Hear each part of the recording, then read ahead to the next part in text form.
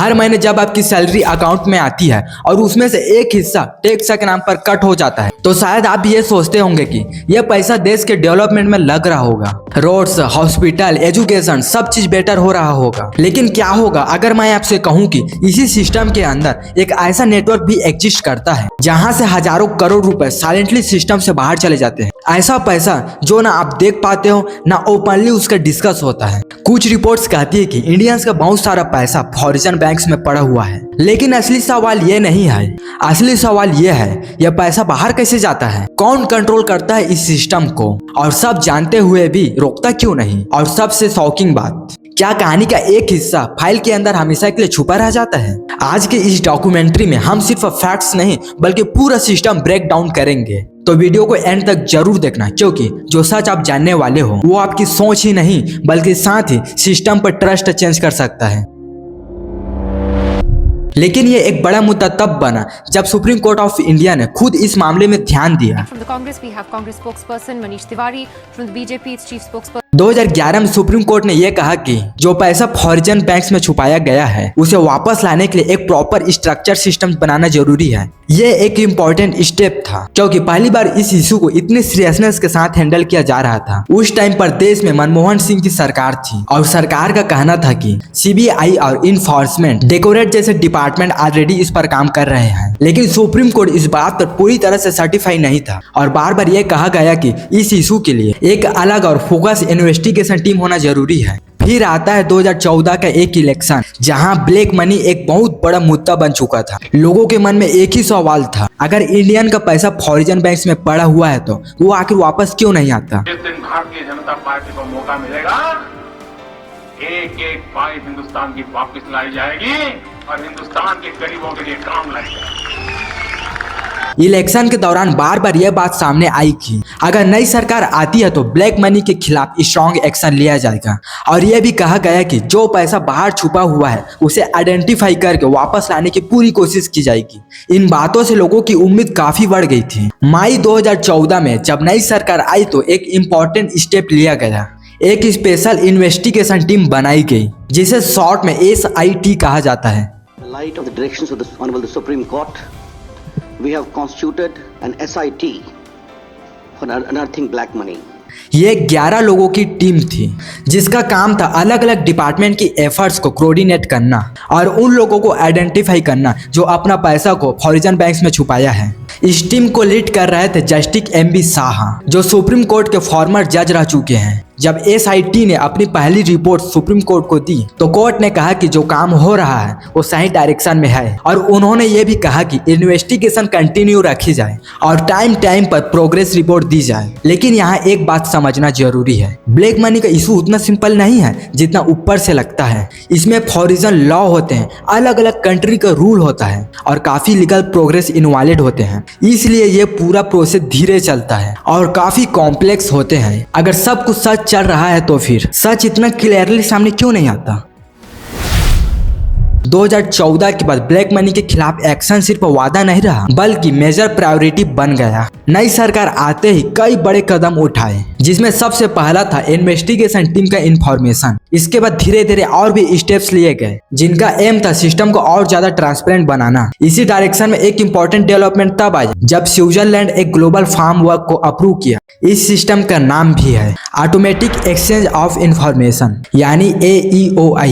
इसका मतलब सिंपल है कि अब foreign banks automatically financial information share करेंगे। इंडिया और स्विट्जरलैंड ने इस एग्रीमेंट को साइन किया। पहले अगर कोई अपना पैसा स्विस बैंक में छुपा देता था तो उसे लगता था कि वो इजीली ट्रेस नहीं होगा, लेकिन AEOI के बाद केसेस में रिस्क काफी बढ़ गया। गवर्नमेंट के अकॉर्डिंग सितंबर 2019 से फाइनेंशियल इंफॉर्मेशन एक्सचेंज स्टार्ट हो गया और इसी बीच एक बड़ा डिसीजन लिया गया, नवंबर 2016 demonetisation.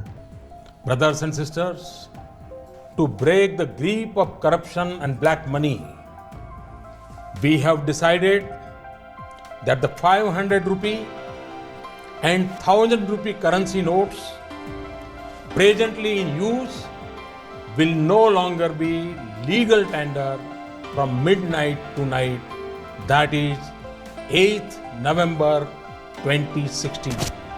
This means that these notes will not be acceptable for transaction from midnight onwards. 500 और 1000 का नोट को सिस्टम से हटा दिया गया। इसका ऑब्जेक्टिव था ब्लैक मनी को सिस्टम से बाहर निकालना। गवर्नमेंट ने यह भी बताया कि 2015 के कॉम्प्लेक्स विंडो के दौरान 4000 करोड़ से ज्यादा का एंटी क्लोज पैसा डिक्लेयर हुआ। तो एक तरफ इतने बड़े स्टेप्स लिए जा रहे थे, लेकिन सवाल यह है इन सब का एक्चुअल इम्पैक्ट क्या हुआ।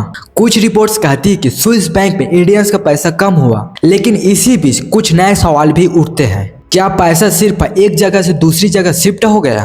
क्या नए तरीके यूज होने लगे? कुछ डिस्कशन में फाइनेंशियल ट्रांसपेरेंसी और पॉलिटिकल फंडिंग भी डिबेट का हिस्सा बने। क्या ब्लैक मनी सच में कंट्रोल हो गया या सिर्फ उसका फॉर्म चेंज हो गया? हर इन्वेस्टिगेशन के बीच एक ऐसा फेस आता है जहां से कहानी और भी कॉम्प्लेक्स हो जाती है, और यहीं से शुरू होता है एक ऐसा कॉन्सेप्ट जिसके बारे में लोग अक्सर बात करते हैं, एक सीक्रेट फाइल। क्या कोई ऐसी फाइल है जिसके बारे में लोग हमेशा सवाल उठाते हैं, लेकिन जिसकी पूरी जानकारी कभी ओपनली सामने नहीं आती? कुछ रिपोर्ट्स और लीक के through time to time claim किया गया है फॉर्जन अकाउंट और हाइडन एसेट से जुड़ी पूरी जानकारी हमेशा पूरी तरह से पब्लिक डोमेन तक नहीं पहुंचाती। दुनिया में पहले भी ऐसे केसेस सामने आ चुके हैं, जैसे पनामा पेपर्स, जहां हाइडन कंपनीज और ऑफशोर अकाउंट का एक बड़ा नेटवर्क एक्सपोज हुआ था। इन केसेस ने यह दिखाया कि यह पैसा सीधा एक जगह नहीं रहता, वो मल्टीपल लेयर के थ्रू मूव होता रहता है।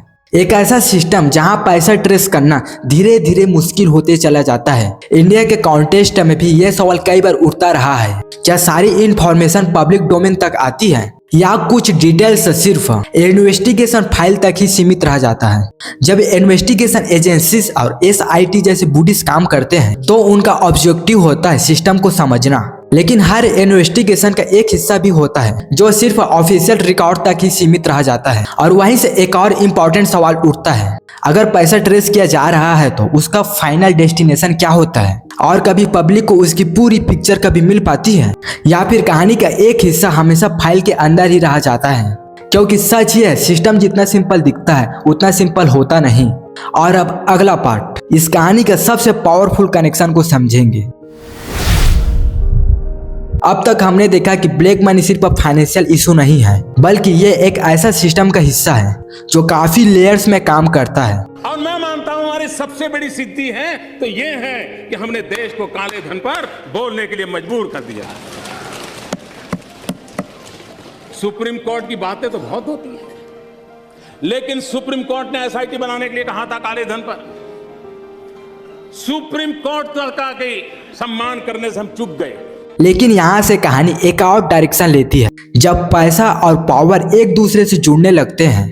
इंडिया में इलेक्शन दुनिया का सबसे बड़े डेमोक्रेटिक प्रोग्रेस में से एक है, और इलेक्शंस को चलाने के लिए पैसा एक बहुत इंपॉर्टेंट रोल प्ले करता है। यहीं से शुरू होता है एक इंपॉर्टेंट सवाल, पॉलिटिकल फंडिंग का सोर्स क्या है और कितना पैसा ट्रांसपेरेंट है और कितना नहीं। पिछले कुछ सालों में इलेक्ट्रॉल फंडिंग के सिस्टम पर काफी डिस्कशन हुए हैं, जैसे कि इलेक्ट्रॉल सिस्टम। इस सिस्टम को इंट्रोड्यूस किया गया ताकि डोनेशन को फॉर्मल बैंकिंग के चैनल के थ्रू लाया जा सके। सपोर्टर्स का कहना है कि इससे ब्लैक मनी को कंट्रोल करने में मदद मिलती है, क्योंकि ट्रांजैक्शन ऑफिशियल सिस्टम के थ्रू होते हैं। लेकिन क्रिटिक्स का व्यू पॉइंट थोड़ा अलग है। उनका मानना है कि इस सिस्टम में ट्रांसपेरेंसी की कमी हो सकती है, क्योंकि पब्लिक को यह नहीं पता होता कि किसने किस पॉलिटिकल पार्टी का कितना पैसा दिया। इसी कॉन्टेस्ट में एक और टीम सामने आती है, क्रोनी कैपिटलिज्म, यानी जब कुछ सेलेक्टेड बिजनेस और पॉलिटिकल पावर के बीच क्लोज कनेक्शन डेवलप हो जाते हैं। और फिर सवाल उठता है, क्या पॉलिसी डिसीजन कभी कभी इसी कनेक्शन से इन्फ्लुएंस होते हैं? अपोजिशन पार्टी ने कई बार एलिगेशन लगाया है कि सिस्टम में फेयरनेस की कमी है। वहीं गवर्नमेंट का कहना है कि उन्होंने ट्रांसपेरेंसी और इक्वालिटी को बढ़ाने के लिए कई स्टेप्स लिए हैं। सच क्या है ये समझना आसान नहीं है, क्योंकि एक तरफ रिफॉर्म्स और पॉलिटिक्स है और दूसरी तरफ डाउट और डिबेट। लेकिन एक बात क्लियर है, जब पैसा और पावर एक सिस्टम में एक साथ आते हैं तो उसका इम्पैक्ट सिर्फ इकोनॉमिक तक लिमिट नहीं रहता, बल्कि वो डेमोक्रेसी को भी डायरेक्टली अफेक्ट करता है। क्या सिस्टम सच में ट्रांसपेरेंट है? क्या आम आदमी का वोट पैसा और पावर के बीच कहीं दब तो नहीं जाता? और सबसे बड़ा सवाल, क्या यह सिस्टम डेमोक्रेसी के लिए रिस्क बन सकता है?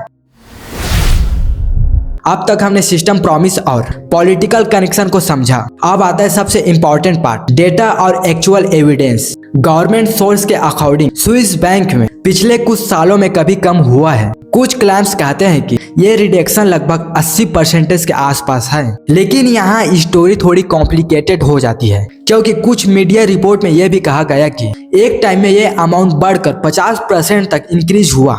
तो सवाल ये है, एक तरफ बड़ा रिडक्शन और दूसरी तरफ इंक्रीज रिपोर्ट, आखिर सच क्या है? गवर्नमेंट सोर्स का कहना है कि ये जो स्विच डाटा पब्लिक हुआ था उसे गलत तरीके से समझा गया। उनके अकॉर्डिंग उस डाटा में सिर्फ डिपॉजिट ही इंक्लूड नहीं होते, बल्कि उसमें और भी चीजें शामिल होते हैं। इंटर बैंक ट्रांजैक्शन, बुनिस एक्टिविटीज, यानी जो टोटल नंबर दिखता है वो हमेशा ब्लैक मनी रिप्रेजेंट नहीं करता।